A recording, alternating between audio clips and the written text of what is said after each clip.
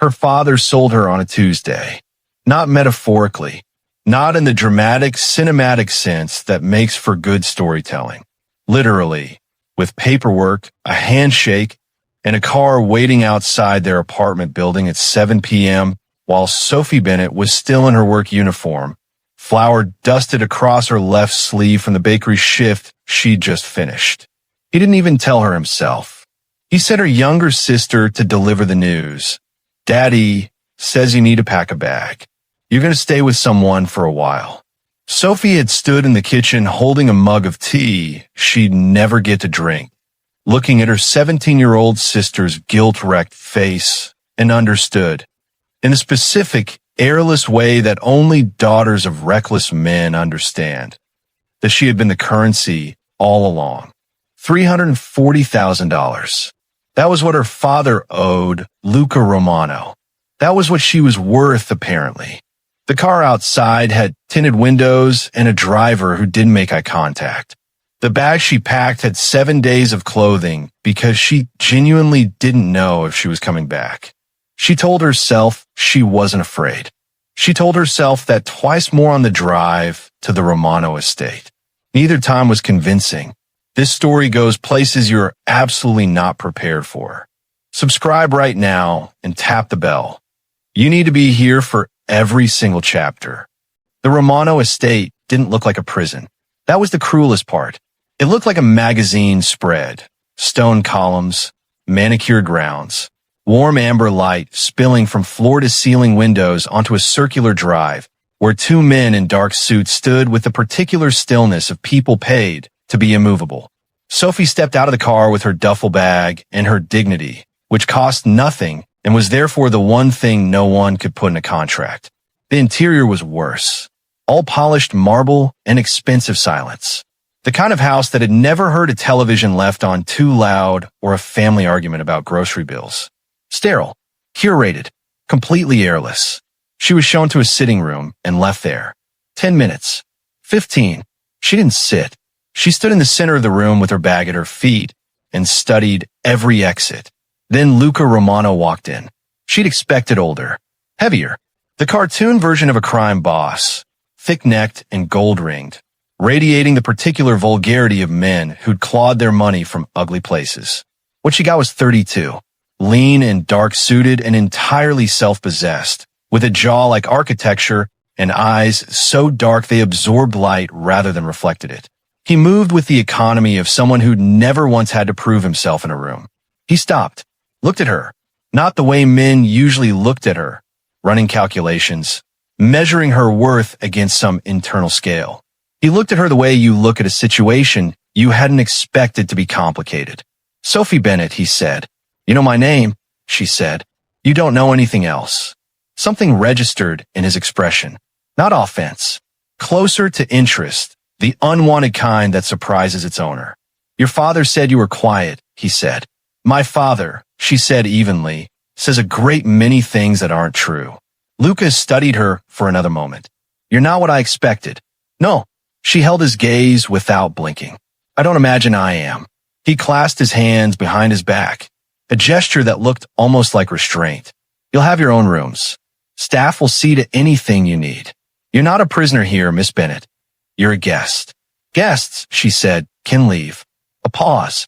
Within reason. That's not what guest means. His jaw shifted fractionally. You've been here 6 minutes, and you're already correcting my vocabulary. You've had me 6 minutes, and you haven't once asked if I'm all right. She tilted her head. We both have a lot to learn about each other, Mr. Romano. He didn't respond, but he didn't look away either. When he left, she finally sat down. Her hands, hidden in her lap, were trembling, but her face had not moved once. First rule, she told herself, never let him see the fear.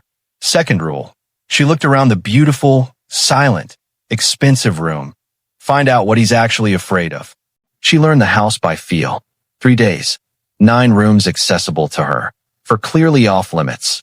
She knew because the air changed near them, and staff members redirected her with the practiced smoothness of people who'd rehearsed the move. She learned the rhythms. Luca breakfasted at 6:30, always alone, always the same. Black coffee, no food until noon. He had meetings in the East Wing that ran until mid-afternoon. Evenings were variable. Sometimes he was gone entirely. Sometimes she heard his footsteps crossing the upper corridor at midnight, pausing outside her door, then continuing. She told herself she didn't notice the pausing. She noticed it every time. On day 4, she found the kitchen. Not the formal dining kitchen. The secondary one, tucked behind the service corridor, small and functional, and completely lacking the intimidating stainless steel perfection of the main cooking space. This one had a window that faced the garden and a shelf of mismatched mugs and a radiator that ticked in the cold. She baked bread, not to perform contentment, because her hands needed something to do and her mind needed the rhythm and the smell of it. Warm, yeasty, honest, was the closest thing to home she had access to. She was pulling the loaf out of the oven when Luca appeared in the doorway. He stopped. His expression did something complicated. "This kitchen hasn't been used in 4 years," he said. "It works fine," she said. "The oven runs about 10 degrees hot, but once you know that, my mother used this kitchen." The sentence landed in the room and changed its temperature entirely. Sophie set the loaf on the cooling rack. Turned slowly. His face was controlled. Everything with him was controlled, but something underneath had shifted. Something old and private. "I didn't know," she said. Genuinely. "How would you?" He looked at the loaf. The mug she'd used for the proving bowl. The flour still dusted across the counter. She made bread on Sunday mornings. The whole house would smell like it. Sophie said nothing. Waited. "She's been gone 12 years, he said. To the window. Not to her. "I'm sorry," she said. He looked at her then, and for one unguarded half-second, she saw it. The thing underneath the stone. Not weakness. Just weight. The specific gravity of someone who has been alone with their losses for a very long time. "Leave the bread," he said quietly, and walked out. That evening, the loaf was gone from the rack. In its place, a single key on a plain ring. No explanation. No note. She picked it up, turned it over. It fit the door to the garden. Second rule, she reminded herself. Find out what he's afraid of. She was beginning to think she already knew. Don't go anywhere. This is the chapter that completely flips this story on its head. Subscribe and hit the bell before you read another word. She found the second file on a Wednesday. Not snooping. She was genuinely lost, navigating a back corridor she hadn't mapped yet, looking for the library she'd been told existed somewhere on the ground floor. She found it, and beside it, an anteroom with an unlocked filing cabinet and a folder labeled with her father's name. She should have left it. She opened it in under 3 seconds. The debt was real, $340,000, documented cleanly. But the documentation went further back than she'd known. Her father hadn't borrowed recently. He'd been borrowing from Luca Romano's organization for 6 years. Small amounts, steadily escalating. And the file contained something else. Evidence that Romano's people had been quietly intervening on her family's behalf for years. Paid off loan sharks. A notice of eviction, canceled. A medical bill for her sister's emergency surgery 2 winters ago. The one her father had claimed insurance covered. It wasn't insurance. It was Romano money. 6 years of her family's survival, quietly underwritten by the man her father had ultimately handed her to as settlement. Her father hadn't just sold her to clear a debt. He'd sold her to a man who had, without announcement or credit, been keeping her family alive. She stood in the anteroom with the file in her hands and felt the ground shift under a story she thought she understood. Why? Why would a man like Luca Romano quietly fund a family for 6 years? Not as charity. Men like him didn't do charity. As investment? In what? She put the file back, walked to the library, found a chair, stared at the wall. The question answered itself slowly, like a photograph developing. He'd known about her. Specifically, for years. He knew her name before she arrived not because he'd reviewed a contract, but because he'd been watching. Not predatorily. Something else. Something she didn't have clean language for yet.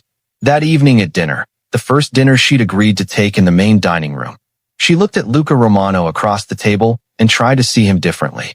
He looked up from his wine and caught her staring. Something wrong, he asked. Why did you pay my sister's medical bills? She said.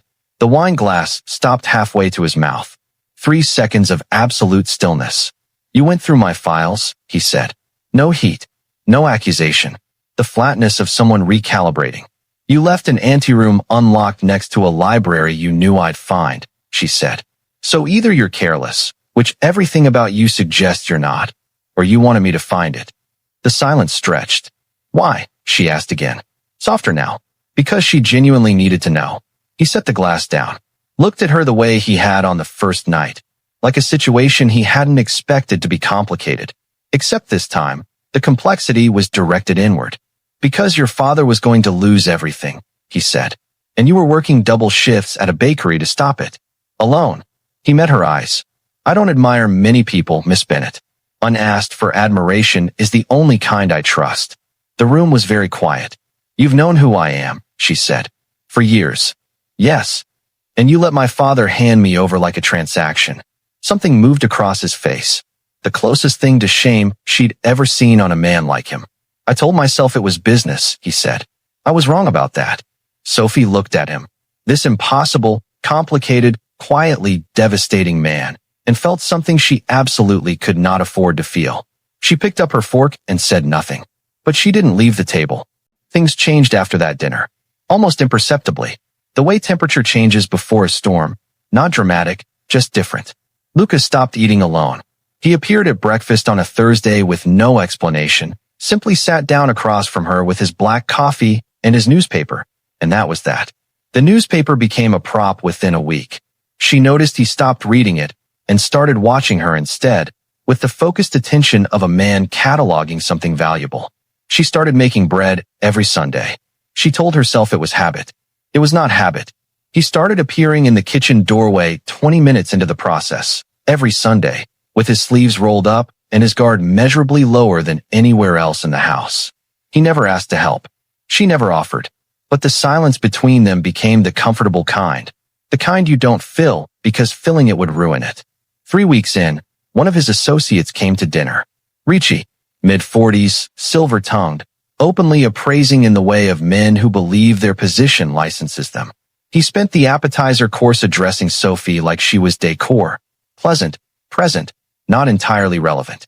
By the soup course, he'd shifted, warmer, leaning in, running his eyes over her in a way that had a specific texture. "Your father made quite the arrangement," Richie said, smiling. "Luca always did have excellent taste." Sophie set her spoon down. "I have a degree in economics, and I run the books for my family's household. I'm no one's arrangement, Mr. Ricci." Ricci blinked, looked at Luca. Luca was looking at Sophie, not with embarrassment, not with the irritation of a man whose property had spoken out of turn, with something that looked entirely, unmistakably like pride. "She's right," Luca said simply, and turned the conversation. Ricci left early. Alone in the sitting room afterward, Luca stood by the window with his hands in his pockets and said, without turning, "You didn't need me to do that." "No," she agreed. "But I wanted to." The admission sat between them, unpolished, unplanned, clearly surprising to him as much as her. Luca, his first name. First time. He turned. "Whatever this is becoming," she said carefully, "I need you to understand that I'm not staying because I have no choice. I stayed tonight because I chose to." She held his gaze. "Make sure I keep choosing to." He looked at her for a long moment. Something in his chest shifted. She couldn't see it, but she felt its gravity from across the room. "I will," he said, like a vow he meant to keep. The threat came from inside. She found out the way she found out most things in this house, by paying attention to what other people assumed she wasn't watching. Ricci's early departure hadn't been bruised ego. He'd made a call from his car before he reached the gate. She knew because the house's security system logged incoming and outgoing calls within the estate's cellular radius, and she'd learned to read the security log 3 weeks ago when a staff member had left the monitoring tablet unattended. The call was to an unknown number. 40 seconds. She brought it to Luca the next morning. He stared at the log. His expression went somewhere very still and very cold. The face he'd worn on the night she arrived, before she'd learned to see underneath it. "Ricci has been my associate for 9 years," he said. "And for how many of those 9 years has he wanted your position?" The question landed with precision. Luca looked at her. "How did you?" "The way he talked about your operation at dinner. Past tense. Like he was already managing it in his head." She sat across from him. "Who was on the other end of that call?" "The Ferrara family." His voice was granite. "Our primary competitors." "Then you have a problem that's been sitting at your dinner table for 9 years." Lucas stood, moved to the window. His hands were clasped behind his back, the restraint gesture she'd learned. The one that meant the alternative was worse. If Ricci turns, he said, he knows every channel, every route, every name. He turned to look at her. He knows you're here. The air thinned. He'll use me, she said. Not a question. As leverage. Yes. She absorbed this. Then we move first. Luca looked at her sharply. I can trace the financial connection to Ferrara, she said. If Ricci's been feeding them operational intelligence, there's a money trail. There always is. Give me access to your accounts, the last 2 years of associate payments, and I'll find it. You're not trained for. I have an economics degree and 6 years of untangling my father's financial disasters. She met his eyes. I am exactly trained for this. Let me help. A long silence. If Ricci finds out you're looking, then keep him occupied, she said. You're good at controlled surfaces. So am I. Something shifted in Luca's expression. Deep and irreversible. Sophie. Her name in his mouth had changed. Warmer. Unguarded. Carrying weight he'd never put there before. I know, she said quietly. It's dangerous. That's not what I was going to say. He crossed the room. Stopped close enough that she could see the effort it cost him to stay still. I was going to say thank you. She held his gaze. Find me the files. He did. She found the connection in 36 hours. Ricci had been clever, not brilliant, but patient. 18 months of micropayments, routed through 3 shell accounts, all connecting eventually to a Ferrara-adjacent holding company. Evidence of operational briefings disguised as vendor invoices. And one message, improperly deleted, recoverable, confirming a planned move against the Romano estate within the week. Acquire the asset and eliminate the principal. Asset. Her. Eliminate the principal. Luca. She brought it to him at midnight. He read it once. Looked up. They move Friday, she said. That's 48 hours. I know. He was already reaching for his phone. Luca. She caught his wrist. The first time she'd touched him deliberately. They both registered it. A current, immediate, and mutual. Ricci will know the moment your security posture changes. He's watching for it. If you move against him directly, he triggers the Ferrara response early. Then what do you suggest? Invite him to dinner, she said. Tomorrow night. Make it social. Make him think nothing has changed. She let go of his wrist slowly. I'll be there. I'll get him talking about the Ferrara account. I know which questions to ask. You get the confession on record. Your security team moves after dessert. Lucas stared at her. You'd be in the room with him, knowing what he's planning. Yes. Sophie. He thinks I'm furniture, she said. Let him keep thinking that. The argument behind his eyes was visible and real. She watched him calculate, recalculate, override, not the strategic concern, the personal one. If anything goes wrong, he started. Nothing will go wrong. If it does. Luca. She stepped closer, close enough that she had to look up to hold his gaze. I have been taking care of myself and everyone around me since I was 16 years old. I walked into this house alone with a duffel bag and no backup, and I have not broken once. Her voice was steady as marble. Trust me. The word landed between them and did something to his face. He covered her hand with his, deliberate, warm, complete. I trust you, he said. The first time he'd said it to anyone in years. She could tell by the way it sat in his mouth. Unfamiliar, but not uncomfortable. Like a word he'd been saving. The dinner was flawless. Sophie played gracious hostess. Warm, slightly deferential, entirely unthreatening. Ricci relaxed by the second course. By the third, he was expansive, self-congratulatory, dropping references to future arrangements and structural changes that she carefully, conversationally steered into specificity. By dessert, Luca's security team had everything they needed. When the men appeared in the dining room doorway, Ricci's face went through 5 expressions in 2 seconds. The last one was the realization that the furniture had been listening the entire time. Sophie set her napkin on the table and stood. Thank you for dinner, Mr. Ricci, she said. Do give my regards to the Ferrara family. The house was quiet by midnight. Sophie sat in the secondary kitchen with both hands wrapped around a mug of tea she'd made more for the warmth than the taste. The adrenaline had drained out slowly, leaving something quieter in its place. Not quite peace. The aftermath of intensity, like the air after lightning. Luca appeared in the doorway. He'd changed out of his dinner suit. A dark sweater now, sleeves pushed up, looking more like a person than a position. He looked at her across the kitchen with something open and unhidden in his expression.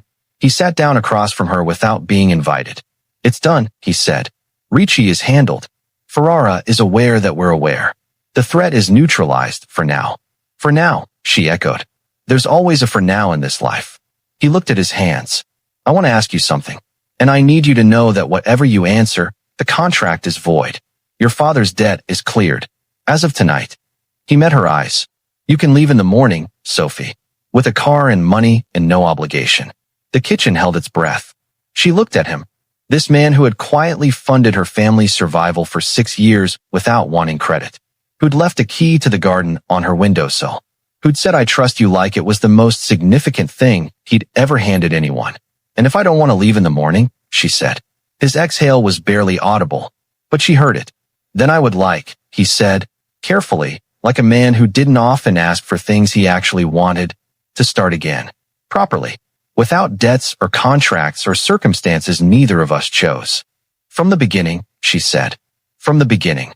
Sophie set down her mug, extended her hand across the table, the way you extend a hand to someone you're meeting for the first time. Sophie Bennett, she said.